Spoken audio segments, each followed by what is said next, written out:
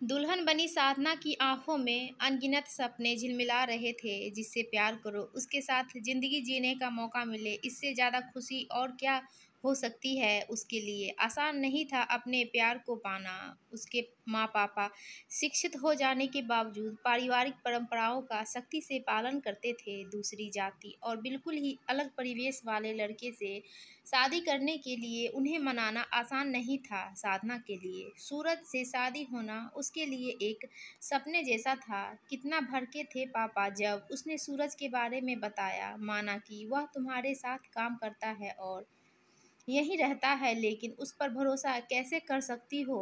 कल को छोड़कर भाग गया तो क्या करोगी? हम कार्यरत हैं, उनके रीति रिवाजों रहन सहन को अपना पाओगी? ये प्यार का भूत जब उतर जाएगा ना, तब शादी निभाना मुश्किल हो जाएगा। मैंने तो पहले ही कहा था, इसे ज़्यादा मत पढ़ाओ, पंख मिल गए इसे, कर बैठी ना प्यार। और देखो, दोनों काम ही एक ही जगह कर रहे हैं, जैसे प्लानिंग की हो पूरी। माँ तो सिर पकड़ कर बैठ गई।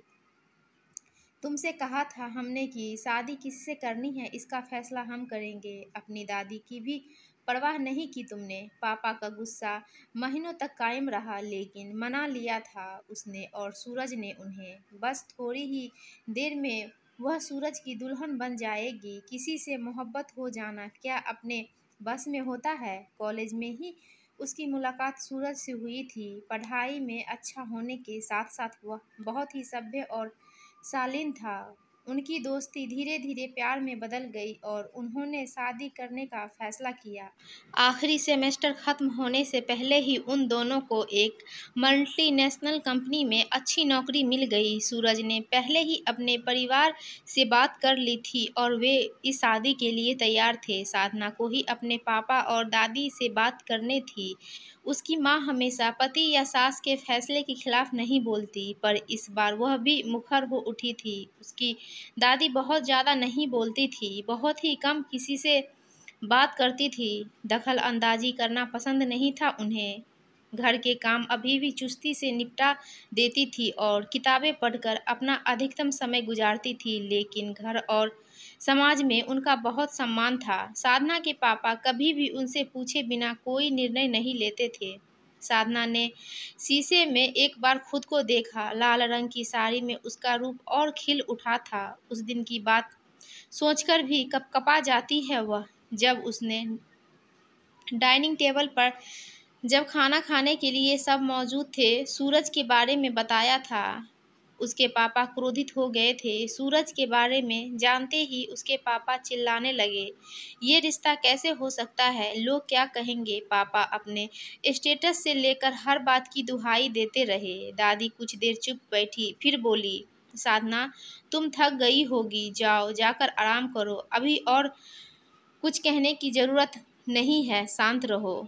हम कुछ दिनों में अपना फैसला बताएंगे। उसके बाद उसने दादी को कई बार पापा से अकेले में बात करते देखा। एक हफ्ते बाद अचानक उन्होंने साधना से सूरज का नंबर मांगा। उस समय वह बिल्कुल ही गुस्से में नहीं थे। पापा में आए इस बदलाव से वह बहुत हैरान थी। उसने कुछ नहीं पूछा, बस सूरज का नंबर दे दिया। आज 2 महीने बाद उसकी सूरज से शादी होने वाली है।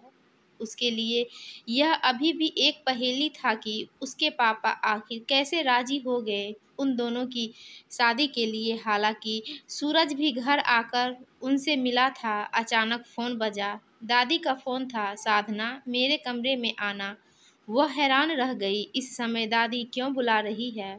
बारात आने ही वाली होगी, दरवाज़ा बंद कर दो, दादी बोली। फिर दादी ने साधना को अपने पास बिस्तर पर बैठकर उसके गाल चूम लिए।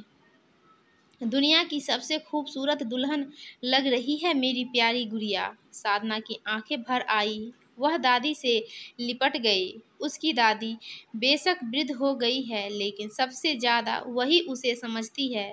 पुरानी रूढ़ियों को उन्होंने ही तो कई बार तोड़ने की कोशिश की है। फिर उन्होंने तकिए के नीचे से चाबी निकाली और बिस्तर से उठकर अपनी अलमारी का लॉकर खोला।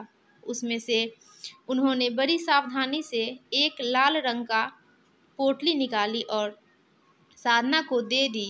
मखमल की उस पोटली पर पीले रंग के बूटे बने थे, बहुत सुंदर कढ़ाई की थी और बूटों के ऊपर छोटे-छोटे सुनहरे मोती लगे थे। इसे खोलो साधना आश्चर्य से देख रही थी। उसने वह खूबसूरत पोटली पहले कभी नहीं देखी थी। दादी की अलमारी तो वह अक्सर खोलती थी, पर यह लाल मखमल की पोटली उन्होंने बहुत छिपाकर रखी हुई थी। उसने कुछ झिझक के साथ पोटली को खोला। जैसे ही उसने उसे खोला, कमरा गुलाब की पंखुड़ियों की खुशबू से भर गया। उसके अंदर सुंदर नक्काशीदार कांच की एक छोटी सी शीशी रखी थी। उसमें कुछ तरल पदार्थ भरा हुआ था। दादी, यह क्या है? परफ्यूम है क्या?